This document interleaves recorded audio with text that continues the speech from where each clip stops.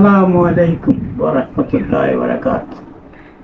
میرا خاندانی نام ارشاد حسین ہے اور ادبی دنیا میں مجھے قمر وارسی کے نام سے جانتے اور پہچانتے ہیں لوگ۔ میں نے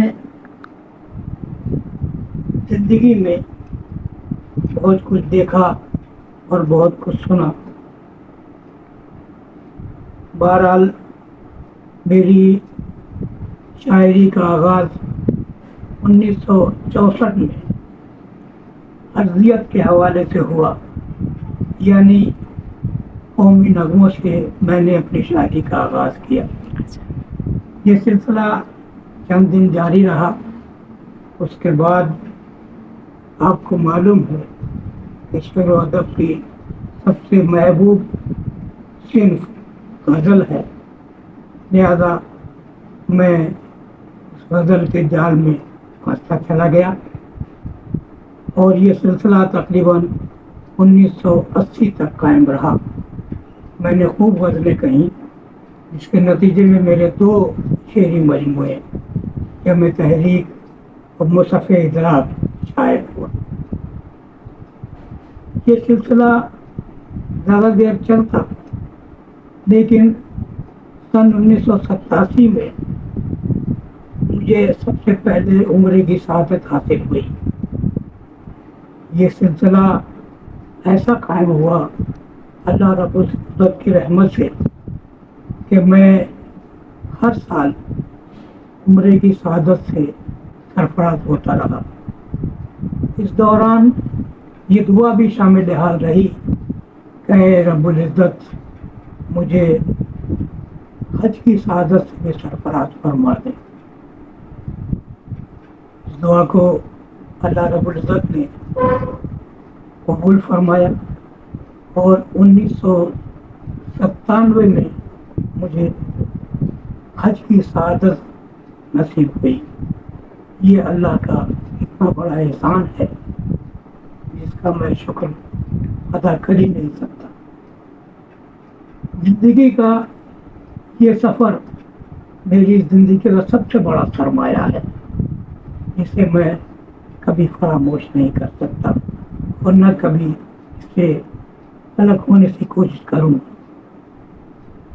اللہ رب العزت نے جب مجھے حج کی سعادت سے سرفراز فرمایا اور میں حج کے سفر پر روانہ ہوا تو اپنے گھر سے لے کر اور سعودی عرب پہنچنے تک اور سعودی عرب میں مناسک حج کے دوران جن جن تکالیف کا سامنا کرنا پڑتا ہے مجھے بھی ہوا، لیکن سعودی عرب کی حکومت کی جانب سے اتنے اچھے انتظامات کیے گئے کہ مجھے کہیں پر بھی کسی قسم کی دشواریوں اور پریشانیوں کا سامنا نہیں کرنا پڑا۔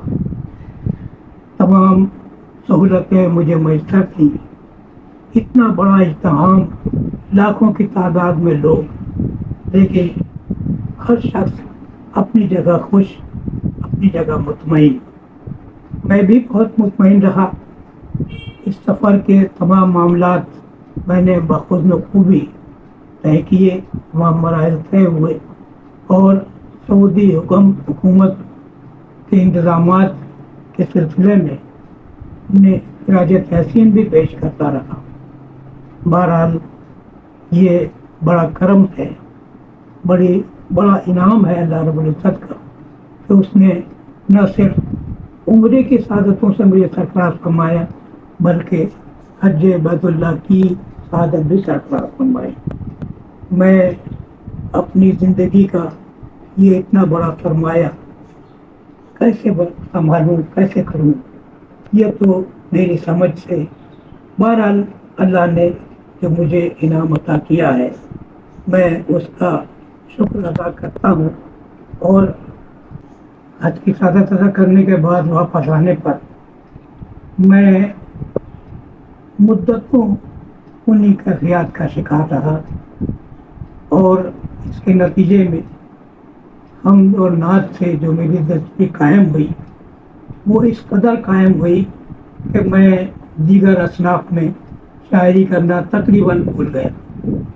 ہر چند کے میں حمد و نعت کہنے کے ساتھ ساتھ غزل بھی کہتا رہا، لیکن غزل کا جو کہنے کا انداز تھا، جس طرح سے میں نے غزل کہنا شروع کی تھی، وہ صورت حال نہ رہی، لیکن اس میں کمی ضرور آ گئی۔